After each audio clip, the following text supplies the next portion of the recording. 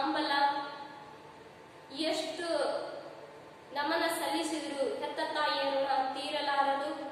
ಹೆತ್ತ ತಾಯಿ ಮತ್ತು ಭೂತಾಯಿಯನ್ನ ಹೋಲಿಸಿದಂತಹ ಈ ಭಾಗೀರಥಿ ಹೆಗಡೆ ಅವರ ಈ ಕನ್ನಡಮ್ಮನ ಪದ್ಯದ ಸಾರಾಂಶವನ್ನ ಈ ಭಾಗದಲ್ಲಿ ನಾವು ತಿಳ್ಕೋಣ.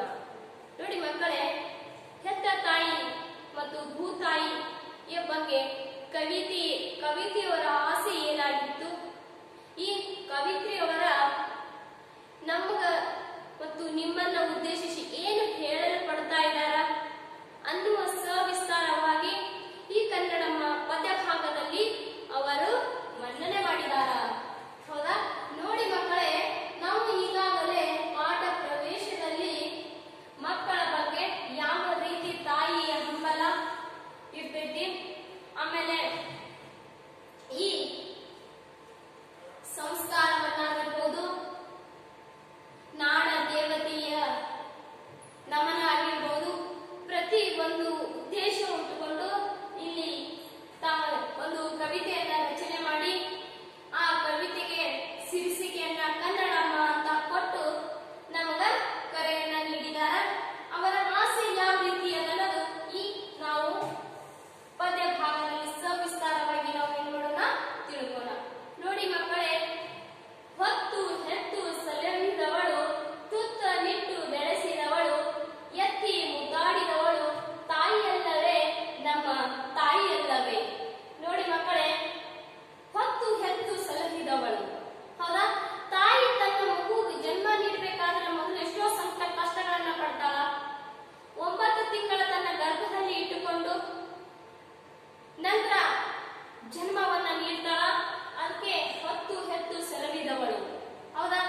ನಮ್ ಹೊತ್ಕೊಂಡು 9 ತಿಂಗಳ ಕಾಲದಲ್ಲಿ ಸತತವಾಗಿ ಸಂಕಟವನ್ನ ಪಟ್ಟು ನಮಗೆ ಜನ್ಮವನ್ನ ನೀಡ್ತಾಳ. ಯಾರಾಕಿ? ನಮ್ಮ ತಾಯಿ, ಹೌದಾ? ನೆಕ್ಸ್ಟ್ ತುತ್ತ ನಿಟ್ಟು ಬೆಳೆಸಿದವಳು. ನೋಡಿ ಮಕ್ಕಳೇ, ನಾವು ಹೊಟ್ಟೆಗಿರುವವರೆಗೂ ಕೂಡ ತಾಯಿಯಂದರಿಗೆ ಸಂಕಟನೆ, ಹೊರಗಡೆ ಬಂದರೂ ಕೂಡ ತಾಯಿಯರಿಗೆ ಸಂಕಟನೆ. ಯಾಕೆ ಸಂಕಟ ಅಂತಂದ್ರ ಮಗು ಎಷ್ಟು ಊಟ ಮಾಡ್ತೋ ಇಲ್ಲೋ, ಹೌದಾ? ಹುಟ್ಟಿದ ತಕ್ಷಣ ಹಾಲು ಕುಣಿಸುವುದಾಗಿರ್ಬೋದು, ತಿನ್ನಿಸುವುದಾಗಿರ್ಬೋದು, ಬೆಳೆಸುವುದಾಗಿರ್ಬೋದು, ತನ್ನ ಕೈ ತುತ್ತುವನ್ನ ಇನ್ನೂ ಆದ್ರೂ ನೋಡ್ರಿ, ನೀವು 7ನೇ ಕ್ಲಾಸ್ 6ನೇ ಕ್ಲಾಸ್ ಕಲ್ತಿರ್ತೀರಿ, ಆದ್ರೂ ಕೂಡ ನಿಮ್ಮ ಮಗು ನಿಮ್ಮ ಮನೆಯಲ್ಲಿ ಸ್ವಲ್ಪ ವೀಕ್ಷಣೆ ಮಾಡ್ರಿ, ನೀವು ಊಟ ಮಾಡ್ಲಿಲ್ಲ ಅಂದ್ರ ತಾಯಿ ನಿಮ್ಗ ಕೈ ತುತ್ತನ್ನ ತಿನ್ನಿಸ್ತಾ ಇರ್ತಾವ, ಹೌದಾ? ಅವಾಗ ತಾಯಿ ಎಷ್ಟು ಖುಷಿ ಪಡ್ತಾಳ ನೋಡ್ರಿ. ಇಷ್ಟು ದೊಡ್ಡವರ ಕೂಡ ನಾವು ತಾಯಿಯಿಂದ ಊಟವನ್ನ ಮಾಡಿಸ್ತೀವಿ. ಇಷ್ಟು ದೊಡ್ಡವರ ತಾಯಿಗಿಲ್ಲ ನನ್ನ ಮಗ ಇಷ್ಟು ದೊಡ್ಡವ, ನನ್ನ ಮಗಳು ಇಷ್ಟು ದೊಡ್ಡ ಕೇಳ್ತಾರ, ನಾವು ಊಟ ಮಾಡಿಸಬಾರ್ದು ಅನ್ನೋದಕ್ಕೆ ಕಲ್ಪನೆ ಇರಲ್ಲ. ಎಷ್ಟೋ ದೊಡ್ಡವರಾಗ್ರಿ ನೀವು, ಆದ್ರೂ ಕೂಡ ತನ್ನ ಕೈ ತುತ್ತಿನಿಂದ ಮಕ್ಕಳಿಗೆ ಏನ್ ಮಾಡ್ತಾಳ? ಊಟವನ್ನ ಕೊಡಿಸ್ತಾಳ, ಹೌದಾ? ಅದಕ್ಕೆ ತುತ್ತಿನಿಟ್ಟು ಬೆಳೆಸಿದವಳು, ಊಟ ಕೊಟ್ಟು ನಮ್ಗ ಬೆಳೆಸ್ತಾಳ, ಪ್ರೊಡಕ್ಟ್ ಅನ್ನ ಕೊಡ್ತಾಳ, ಬೆಳೆಸ್ತಾಳ. ಆಮೇಲೆ ಎತ್ತಿ ಮುದ್ದಾಡಿಸಿದವಳು ತಾಯಿಯಲ್ಲವೇ ನಮ್ಮ ತಾಯಿಯಲ್ಲವೇ. ಎಷ್ಟು ಚಂದ ಹೇಳ್ತಾರ ನೋಡ್ರಿ. ಅದು ತಗೋತಾರ, ಊಟ ಮಾಡಿಸ್ತಾಳ ತಾಯಿ, ಮಗು ಆಟ ಆಡಿ ಹೊರಗೋಗಿರ್ತದ, ಹೊರಗೆ ಹೋದ್ರೂ ಕೂಡ ತಾಯಿ ಕಣ್ಣ ಮಗುವಿನ ಮೇಲೆ. ಮನೆಯೊಳಗೆ ಕೆಲಸ ಮಾಡ್ತಾಳ ತಾಯಿ, ಆಮೇಲೆ ಮಗುವಿನ ದೇಹ ಮಾತ್ರ ಮನೆಯಲ್ಲಿ ಇರ್ತದ, ಅವ್ನ ಗಮನ ಎಲ್ಲ ಮಗುವಿನ ಮೇಲೆ. ಯಾಕೆ ಮಗುವಿನ ಮೇಲೆ? ಮಗು ಎಲ್ಲ ಬಿತ್ತು, ಕಾಯಿ ಕಾಲ ಬಡ್ಕೊಂಡು ಬಂದು ಹೆಂಗ್ ಮಾಡುದು, ಆ ಮಗು ಏನ್ ಆಟ ಆಡ್ತದ, ಯಾರ ಜೊತೆ ಜಗಳ ಮಾಡ್ತದ ಅನ್ನೋದು ತಾಯಿ ಕಲ್ಪನೆ. ಆದ್ರೂ ಕೂಡ ಮಗುವಿಗೆ ಅಷ್ಟು ಬಂದ ತಕ್ಷಣ ಹೊರಗಡೆನಿಂದ ಒಳಗೆ ಬಂದ ತಕ್ಷಣ ಮಗುವಿಗೆ ಎತ್ತಿ ಏನ್ ಮಾಡ್ತಾಳ? ಮುದ್ದಾಡ್ತಾಳ, ಮಗುವಿಗೆ ತನ್ನ ಎದೆಗೆ ಅಪ್ಪಿಕೊಳ್ತಾಳ. ಅದಕ್ಕೆ ಹೇಳ್ತಾರ, ಎತ್ತಿ ಮುದ್ದಾಡಿಸಿದವಳು ಯಾರಕ್ಕೆ ನಮ್ಗ ಯಾರ ರೀತಿ ಮಾಡ್ತಾಳ? ಯಾರು ಮಾಡ್ತಾರ? ಅವರು ನನ್ನ ತಾಯಿ, ಅವಳೇ ನಮ್ಮ ತಾಯಿ, ಹೌದಲ್ವಾ? ಇದು ಮೊದಲನೇ ಪ್ಯಾರದಲ್ಲಿ ತಾಯಿಯ ಬಗ್ಗೆ, ನಮ್ಮ ಹೆತ್ತ ತಾಯಿಯ ಬಗ್ಗೆ ವರ್ಣನೆಯನ್ನ ಮಾಡ್ತಾರ. ಎಷ್ಟು ಮಾಡಿದ್ರು ನಮ್ಮ ತಾಯಿ, ಹೆತ್ತ ತಾಯಿಯ ವರ್ಣನೆ ಮತ್ತು ಭೂತಾಯಿಯ ವರ್ಣನೆ ಎಂದಿಗೂ ತಪ್ಪಲಾರ, ಹೌದಾ? ಆಗ ಎಂದಿಗೂ ನಾವು ಏನ್ ಮಾಡಬಾರ್ದು? ಮರಿಬಾರ್ದು ಅನ್ನುವ ಇದು ಕವಿತೆಯ ಆಶಯಗಳು. ನೆಕ್ಸ್ಟ್ 2ನೇ ಭಾಗದಲ್ಲಿ ಏನ್ ಹೆಚ್ಚಾರ ನೋಡ್ರಿ. ನುಡಿಗೆ ನಾದ ತುಂಬಿದವಳು, ಎದೆಗೆ ಹಾಡ ನುಡಿಸಿದವಳು, ಒಡಲಿನೊಂದು ಸೀರಿಸಿದವಳು ಅಮ್ಮನಲ್ಲವೇ ಕನ್ನಡಮ್ಮನಲ್ಲವೇ. ನೋಡ್ರಿ ಏನ್ ಹೇಳ್ತಾಳ? ನುಡಿ, ಹೌದಾ?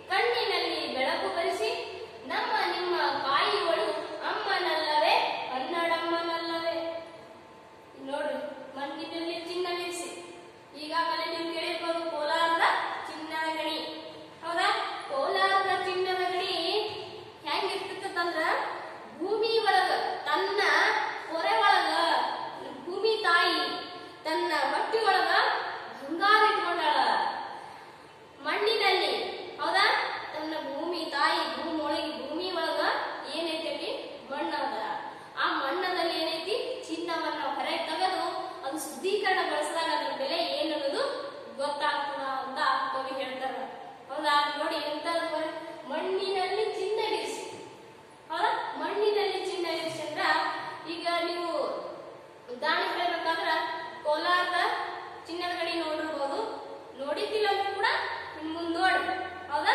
ಅಲ್ಲಿ ಯಾವ ರೀತಿಯಾಗಿ ಚಿನ್ನದ ಗಣಿಯನ್ನ ಅಗೆದು, ಹೌದಾ, ಮಣ್ಣಿನಲ್ಲಿ ಇರ್ತದದು, ಅದನ್ನ ಅಗೆದು ಹೊರ ತೆಗೆದು ಶುದ್ಧೀಕರಣಗೊಳಿಸಿ ಅದು ಮಾರ್ಕೆಟ್ ಬಿಸ್ಕೆಟ್ ಆಗಿ ರೆಡಿಯಾಗಿ ಹೊರಗೆ ಬರ್ತದ.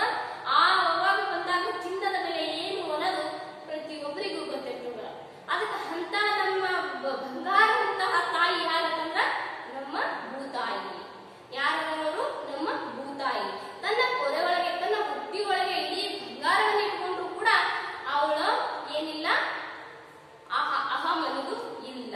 ಆ ತಾಯಿಯ ನಿಜವಾದಂತಹ ಗುಣ ನಮ್ಮ ಹೆತ್ತ ತಾಯಿಗೆ ಹೋಲಿಸಿದ್ದಾರೆ.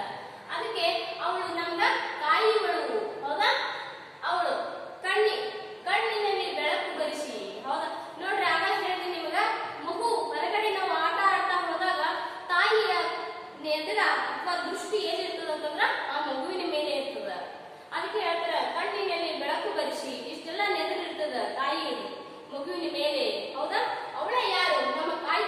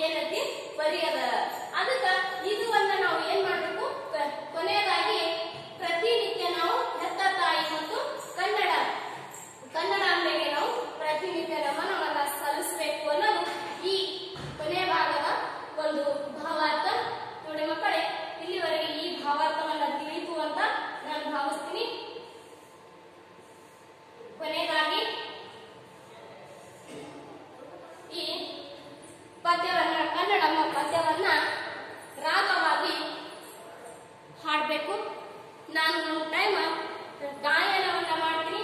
ಆ ಗಾಯನವನ್ನ ಆಲಿಸಿ ನೀವು ಕೂಡ ಮನೆಯಲ್ಲೇ ಪ್ರಾಕ್ಟೀಸ್ ಮಾಡಿ. ಹೌದಾ? ನೋಡಿ ಮಕ್ಕಳು. ಹೊತ್ತು ಹೆತ್ತು ಸಲಹಿದವಳು ತುತ್ತನು ಬೆಳೆಸಿದವಳು ಎತ್ತಿ ಮುದ್ದಾಡಿದವಳು ತಾಯಿಯಲ್ಲವೇ ನಮ್ಮ ತಾಯಿಯಲ್ಲವೇ ನಮ್ಮ ತಾಯಿಯಲ್ಲವೇ. ನುಡಿಗೆ ನಾದ ತುಂಬಿದವಳು ಎದೆಗೆ ಹಾಲು ನುಡಿಸಿದವಳು ಒಡಲಿ ನುಡಿಸಿದವಳು ಅಮ್ಮನಲ್ಲವೇ ಕನ್ನಡಮ್ಮನಲ್ಲವೇ. ಮಣ್ಣಿನಲ್ಲಿ ಚಿನ್ನವಿರಿಸಿ ಕಣ್ಣಿನಲ್ಲಿ ಬೆಳಕು ಬರೆಸಿ ನಮ್ಮ ನಿಮ್ಮ ಕಾಯುಗಳು ಅಮ್ಮನಲ್ಲವೇ ಕನ್ನಡಮ್ಮನಲ್ಲವೇ ಕನ್ನಡಮ್ಮನಲ್ಲವೇ. ಮೊರೆವ ಕಡಲು ತೆರೆಗಳಾಗಿ ಸುರಿಯುವ ಮಳೆಯ ಹನಿಗಳಾಗಿ ನಿರತಲಾಲಿ ಹಾಡುವ ಅಮ್ಮನಲ್ಲವೇ ಕನ್ನಡಮ್ಮನಲ್ಲವೇ.